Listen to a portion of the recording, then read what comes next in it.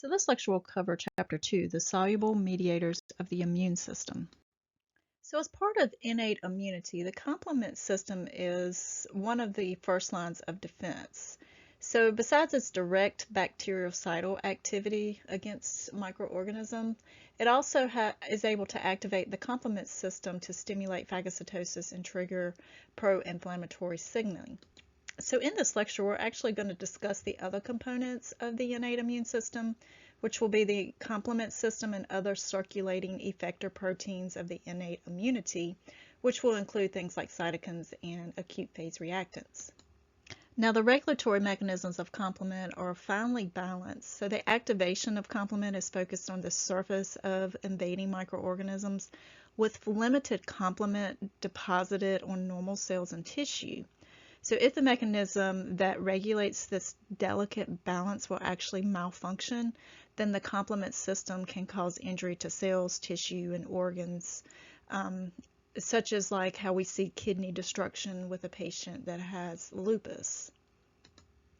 Now, complement itself is a heat-label series of 18 plasma proteins, many of which are enzymes or proteinase.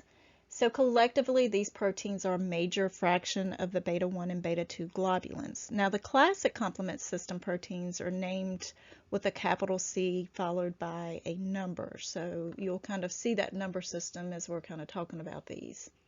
A small letter after the number indicates that the protein is a smaller protein resulting from the cleavage of a larger precursor by a protease. Now, several complement proteins are cleaved during activation of the complement system. So the fragments are designated with lowercase suffixes such as a C3a and C3b. So usually the larger fragmented is designated as a B and the smaller as an A. Now there is an exception to this rule with the designation of C2 fragments. So the larger fragment is designated as A with the smaller designated as C2b. Proteins of the alternative pathway are called factors and are symbolized by letters such as B. Control proteins include the inhibitors of C1, factor 1, and factor H. Now, the complement system as a component of your natural immune system is very crucial for the host defense from microbial infections and interference between innate and adaptive immunity, including enhancement of immunological memory, and for the clearance of immune complex from tissue and apoptotic or injured cells. So these activities are initiated in various ways through 3 different pathways. So we'll talk about these different pathways. First we have the classic pathway, the alternative pathway, and then the mannose binding lectin pathway. Now these 3 pathways actually converge at the point of cleavage of C3 and C3b, which is the central event of the common final pathway, which in turn leads to the activation of the lytic complement sequence, which is C5 through C9, and with cell destruction. Now normally complement components are present in circulation in an inactive form, but there are certain control proteins that are normally present that will actually inhibit these uncontrolled complement activation. So under normal physiological conditions, activation of one pathway probably leads to the activation of another pathway. So the first activation is going to be through the classic pathway, which is initiated by the binding of the C1 complex that's actually consisting of C1q, C1r, C1s. And so that complex is bound to the antibodies on the antigen of the surface of the actual bacterial cell. Now the alternative pathway is initiated by contact with a foreign surface, such as the polysaccharide coating that's on the microorganisms, and then the covalent binding of a small amount of C3b to a hydroxyl group that's actually on the surface, carbohydrates and proteins. And so this pathway is actually activated by a very low grade cleavage of C3 that's in plasma.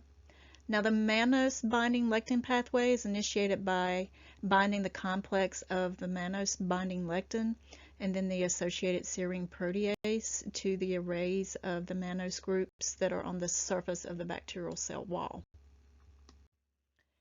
So after complement is initially activated, then each enzyme precursor is activated by the previous complement component or complex. And so then this conversion will lead to an active form that leads to the cleavage of C3, and then you have this triggered enzyme cascade.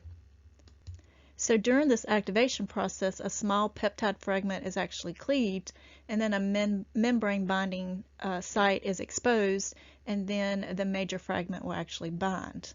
So as a consequence, the next active enzyme of the sequence is actually formed. Now, because each enzyme can actually activate many enzyme precursors, each step is amplified until you actually reach the C3 stage. So therefore, this whole particular system forms an amplified cascade. Now, you have various cell types that actually express surface membrane glycoproteins that will react with one or more of those fragments of the C3 that are produced during that complement activation and degradation. And so the function of these receptors depends on the type of cell, so it's not always really completely understood. But we refer to these as complement receptors. And so complement receptor 1 is important in enhancing phagocytosis, and complement receptor 3b is also important in the host defense mechanism. So here we have a nice illustration that kind of compares each of these three pathways, and then it kind of breaks it down so that you can kind of see each step in comparison of how one pathway kind of compares to the other pathway. So the alternative pathway is activated by C3b binding to various activating surfaces, and then the classic pathway is initiated by C1 binding to antigen-antibody complexes, and then the lectin pathway is activated by binding of the plasma lectin to microbes. Now, the last step of each of these pathways are the same. You don't see that on here, but they all end in complement activated by all three pathways, and so they basically all serve the same function. The classic complement pathway is one of the major effector mechanisms of antibody-mediated immunity. The principal component of the classic pathway are C1 through C9. The sequence of the component activation are going to be C1, C4, C2, 3, 5, 6, 7, 8, and 9. So as you can see, they don't follow a numerical order. C3 is present in the plasma in the largest quantities, and fixation of C3 is the major quantitative reaction of the complement cascade. There are three major stages to include recognition, amplification, and then the membrane attack complex. So with recognition, the C1 complex, which includes C1q, C1r, and C1s, this is actually an interlocking enzyme system that triggers the first step in the initiation of the classic pathway. Now, the amplification of proteolytic complement cascade, so a full amplification is actually reached once you hit that C3 stage. Now, with the membrane attack complex, this is a unique system that builds up a lipophilic complex in the cell membrane for several plasma proteins, which will actually render the target susceptible to an immune adherence by the C3b receptors that are located on any of the phagocytic type of cells.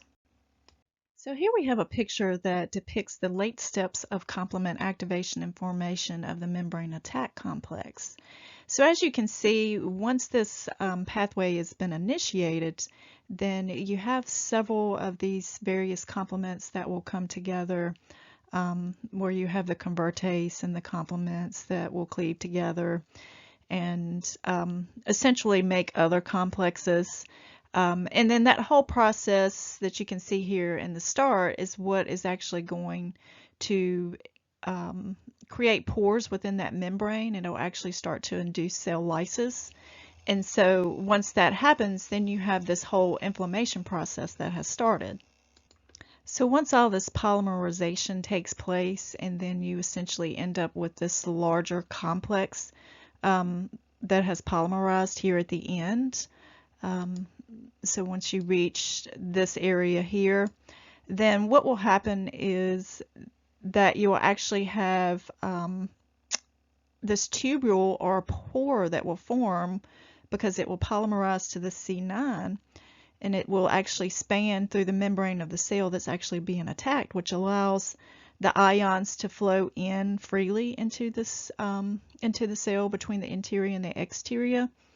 And then, of course, this is going to induce a cytolytic type of reaction, which will ultimately result in the destruction of that cell. Now, the alternative pathway does show points that are very similar with the classic pathway. Both pathways do generate C3 convertase that will actually activate C3 to provide the pivotal event in the final common pathway of both of these systems. However, in contrast to where the classical pathway is initiated by the formation of an antigen-antibody reaction, the alternative complement pathway is predominantly a non-antibody initiated pathway. Now, microbial and cells of various mammal surfaces can activate the alternative pathway in the absence of a specific antigen-antibody complex. So factors that are capable of activating this alternative pathway include inulin, then there's zyomycin, which is a polysaccharide complex from the surface of yeast cells, bacterial polysaccharides and endotoxins, and the aggregated Ig2, IgA, and IgE. Now, the major controlling event of the alternative pathway is factor H, which will actually prevent the association between C3b and factor B. So factor H blocks the formation of C3b, BB, which is the catalytically active C3 convertase of the feedback loop. So factor H competes with factor B for its combining sites that are on the C3b, which eventually leads to the C3 inactivation. Mannose-binding lectin, which is a pattern recognition molecule of an innate immune system, actually binds arrays of terminal mannose groups that are on a variety of bacteria. Now, a deficiency of this lectin is caused by one of 3 point mutations in its genes, each of which reduces the levels of the lectin. Now, shortly after realizing that this particular lectin can actually initiate complement activation, it was also discovered that there are mannose-binding lectin-associated serine protease, which is MASPs. So MASPs actually activate complement by interacting with 2 serine proteases, which is MASP1 and MASP2.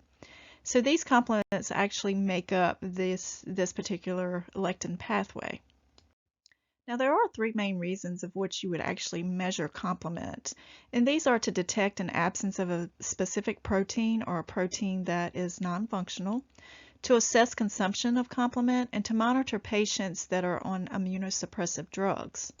Now, the activation of complement and the products that are formed during the complement cascade actually have a variety of physiological and cellular consequences. So the effects of complement in immunity and inflammation that are mediated by the proteolytic fragments generated during complement activation, such as osmogenization and phagocytosis and the toxins that are produced with anaphylaxis, they are an important consequence of complement activation. So these fragments can remain bound to the same cell surfaces of which the complement has been activated, and it can release into the blood or the extracellular fluid. Now, in either of these situations, active fragments that mediate their effects by actually binding to the specific receptors that are expressed on various cell types. This is going to include phagocytic leukocytes as well as the endothelial cells. Now, in certain diseases, it has been found that complement can be abnormal. So if there's increased complement levels, it can be associated with inflammatory conditions like trauma and acute illness. And then separate complement components, for example, C3, are acute phase proteins. So the biological functions of the complement system fall into 2 general categories. You can have cell lysis by the membrane attacked complex, and then you can also have biological effects of proteolytic fragments of the complement system. So once complement is activated, there are several biological results that can happen as a result of it. So this will include coating of the pathogen to enhance phagocytosis, recruitment of phagocytes, cell activation, immune complex removal, and cell lysis.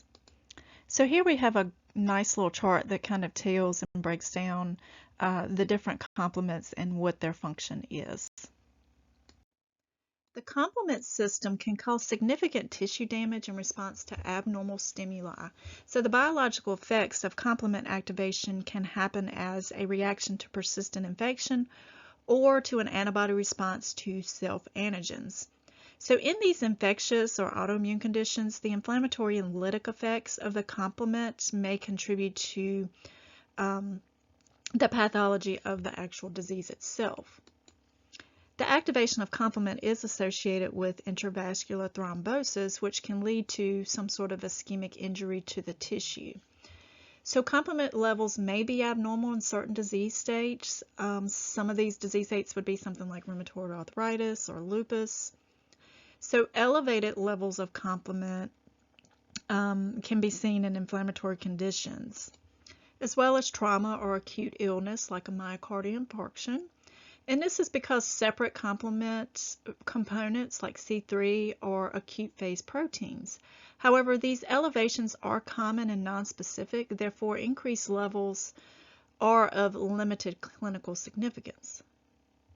Now, in contrast, if there is an absence of an integral component of the classic alternative or terminal lytic pathways, this can lead to decreased complement activation and a lack of complement-mediated biological functions.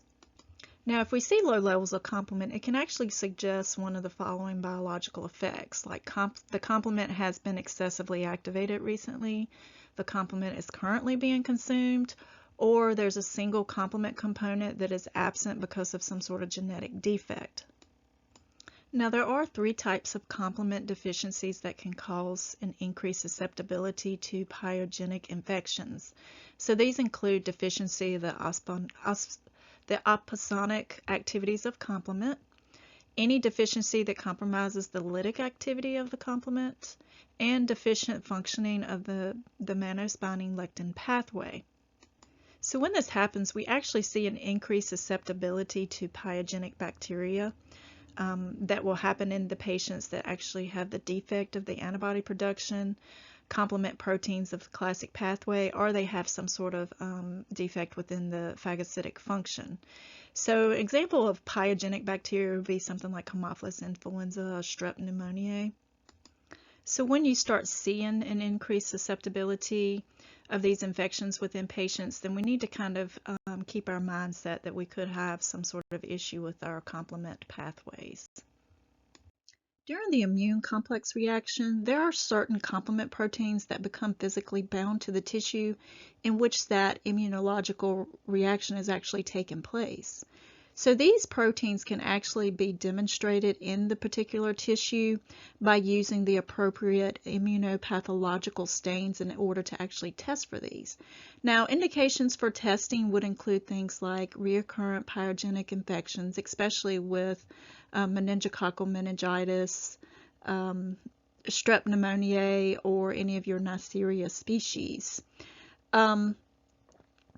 Also, if there's any sort of angioedema, which is actually like a lower layer of the tissue that's just under the skin or the mucosal membranes that actually will swell. So you can see this swelling in like the face, the tongues, the larynx, abdomen, arms, and legs.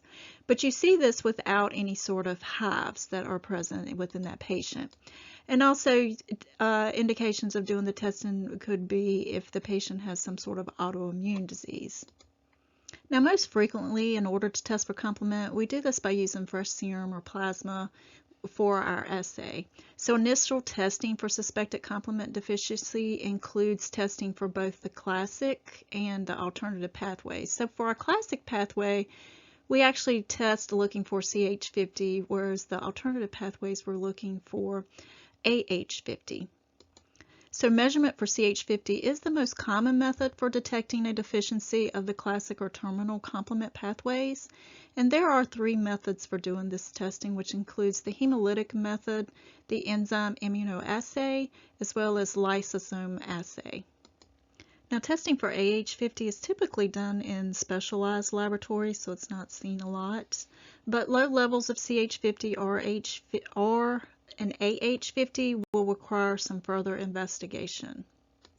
Now, if there are low levels of both of these, then that would suggest a deficiency of one of the components that are shared by both pathways. So an example of this would be C3 or C9.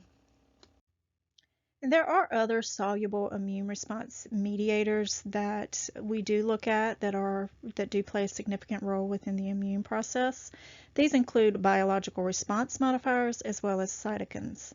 Now, your biological response modifiers actually modulate an individual's own immune response, and there are four main sources that are secreted by the mononuclear leukocytes, and these are the B lymphocytes that secrete specific antibodies, T lymphocytes that secrete soluble mediators. You have your natural killer lymphocytes that secrete the interferon alpha, as well as monocytes and macrophages that also secrete some of these same things. Now, biological response modifiers can actually be used in a therapeutic type of treatment. These classes of immunotherapy are in the forms of being active, which actually uses microbial or chemical immunodilators in a specific or non-specific form. You have an adaptive type of treatment, which actually uses soluble mediators such as interleukins to regulate components of the immune system. You have passive, which we've referred to in previous lectures, where you actually transfer some sort of antibody to the recipient, so this would be like monoclonal type antibodies. And then you have restorative, which actually is the application of soluble substances such as interferons for a wide range of diseases. Now, cytokines are synthesized and secreted by cells associated with innate and adaptive immunity in response to microbial or other antigen exposures.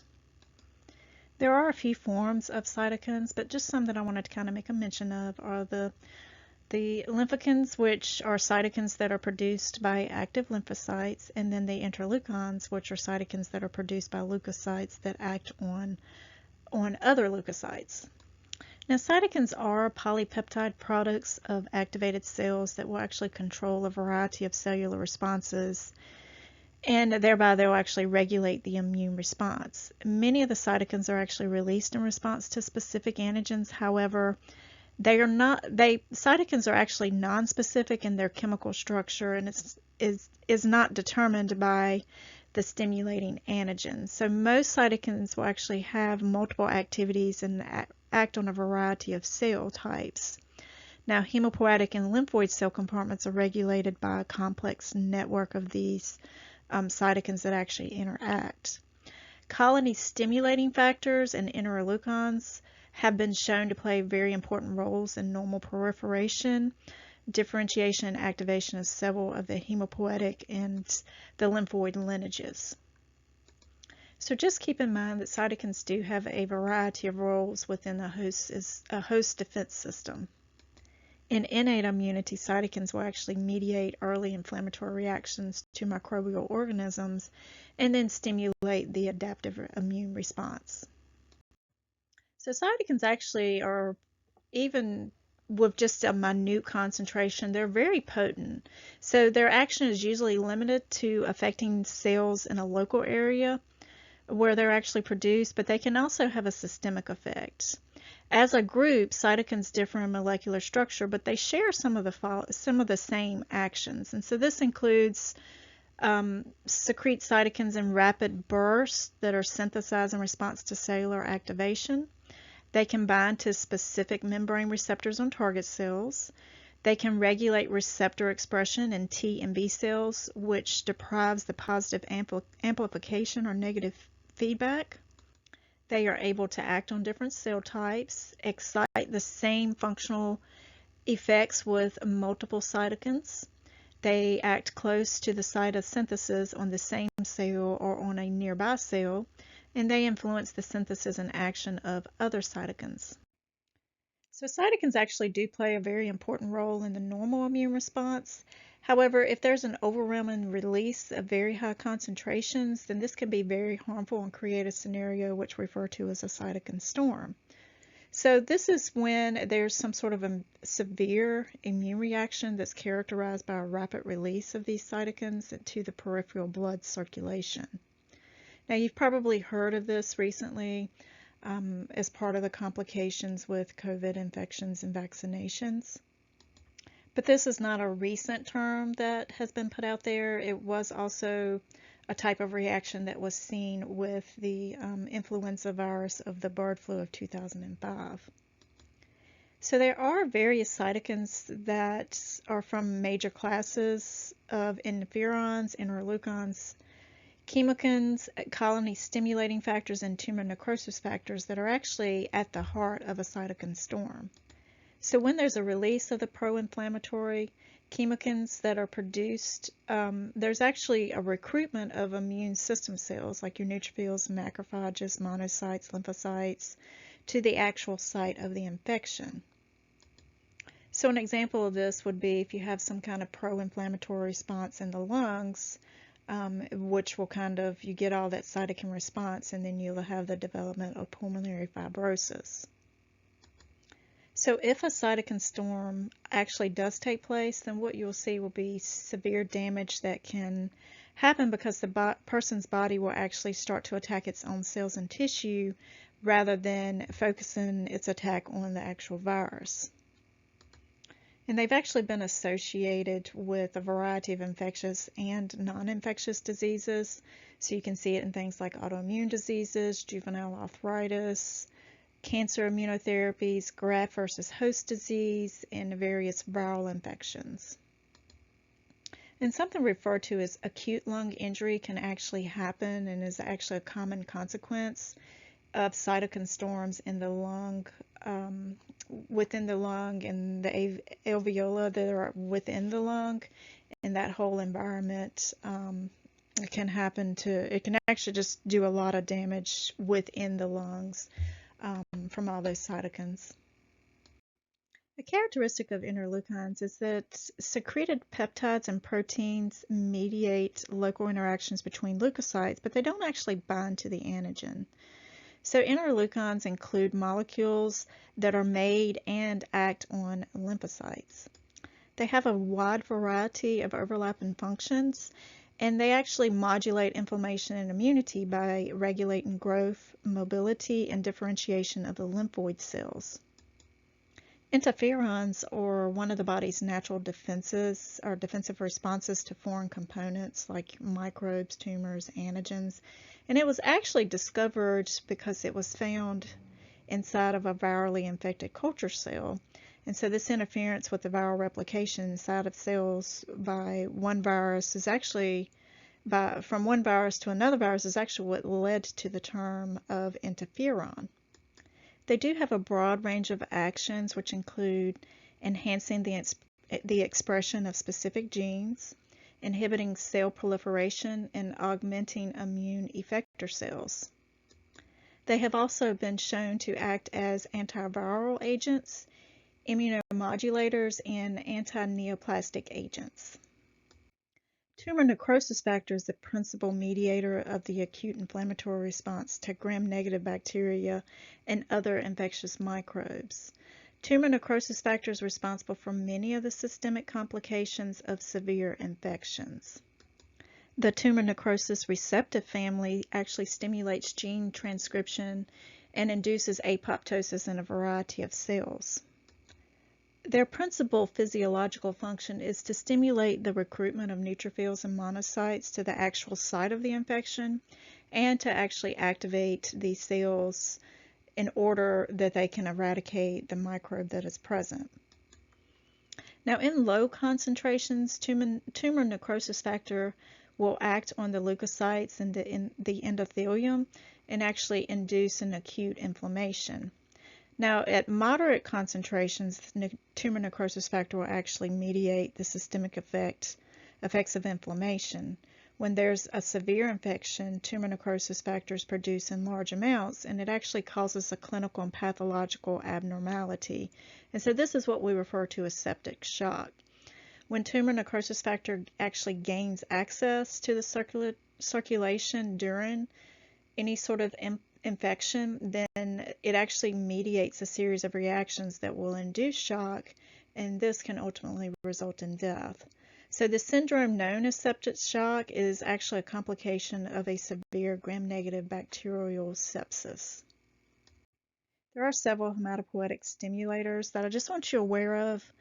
You don't have to know a lot of detail about them. There's a stem cell factor. So this is a cytokine that interacts with a tyrosine kinase membrane receptor, and it's needed to make the bone marrow stem cells responsive to other colony stimulating factors, but it doesn't actually cause any sort of colony formation. Then you have your colony stimulating factors. These are made by the T cells, and they actually regulate the production of granulocytes and monocytes, which is enabling to this T cell system to actually promote the inflammatory response. There are transforming growth factors. These induce phenotypic transformations in the non-neoplastic cells. And then you also have chemokines, and these will stimulate trans-endothelial leukocyte movement from the blood to the actual tissue site of infection, and it regulates the migrations of the polymorphonuclear neutrophils and the mononuclear leukocytes within the tissue.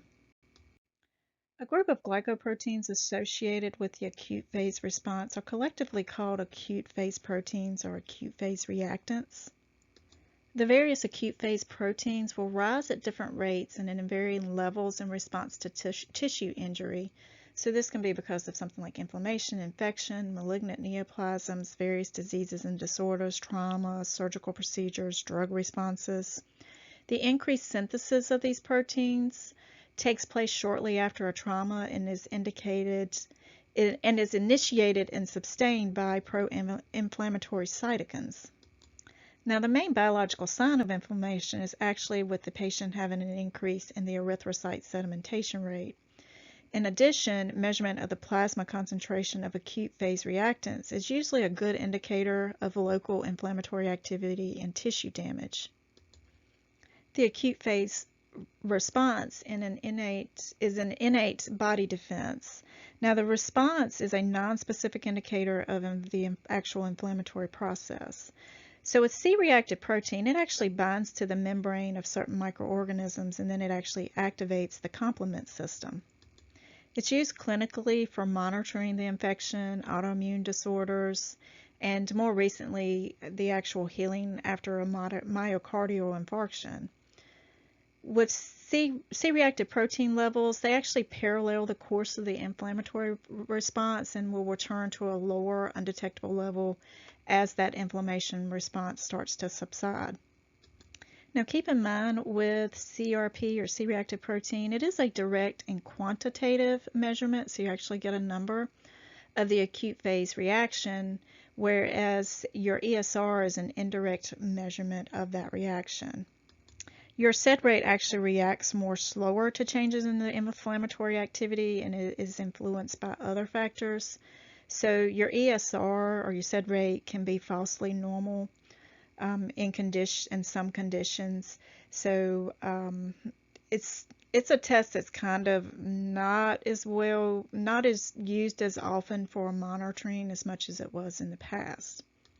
And this is just because you can see it in other conditions like anemia or hypergammaglobulinemia. So CRP is actually the most sensitive indicator of an acute inflammation. It increases faster than a SED rate would, and as far as if it's responding to an inflammation or inflammatory type of process, whereas the leukocyte count can also remain within a normal limit despite there being infection. So an elevated CRP level can actually signal that there's an infection that's taken place many hours before we can actually confirm it with other test results or through culture. Therefore, if we get a CRP that's elevated, which indicates there's an infection, then that means treatment can actually start sooner than later. So because of this is the method of choice for actually screening inflammatory malignant disease processes and actually monitoring therapy for various inflammatory conditions. There are other acute phase reactants that we do need to make note of. These include procalcitonin, and this is a biomarker that exhibits greater specificity than other pro-inflammatory markers in actually identifying patients with sepsis, and it can be used in the diagnosis of bacterial infections. Alpha-1 antitrypsin is an acute phase protein that increases in acute inflammatory reactions. Ceruloplasmin, which is often measured as serum copper, is used to monitor Hodgkin disease. And so increases are considered specific indicators of an actual relapse. Inflammation almost always follows some sort of acute tissue disease. So diagnostic categories of acute inflammation can include bacterial causes and non-bacterial causes, like things that happen like trauma, chronic inflammation, and viral diseases. So many laboratories have been able to advocate for early diagnosis of acute inflammation, and they do this by testing for things like white blood cell count, and this will include the absolute and the percentage count for your band and your segmented neutrophils, as well as looking at those acute phase proteins, as well as a ESR or SED rate. Now, as mentioned before, the ESR or SED rate is a nonspecific indicator of disease, and you can see increased sedimentation rate of erythrocytes that's seen in acute and chronic inflammation and in malignancies. So although it's nonspecific, it is one of the most frequently performed laboratory tests. And in addition to these hematological tests, there are several tests that are of direct value in the immunological testing category. And this includes looking at specific biomarkers to assess inflammation and to look at things like the CRP.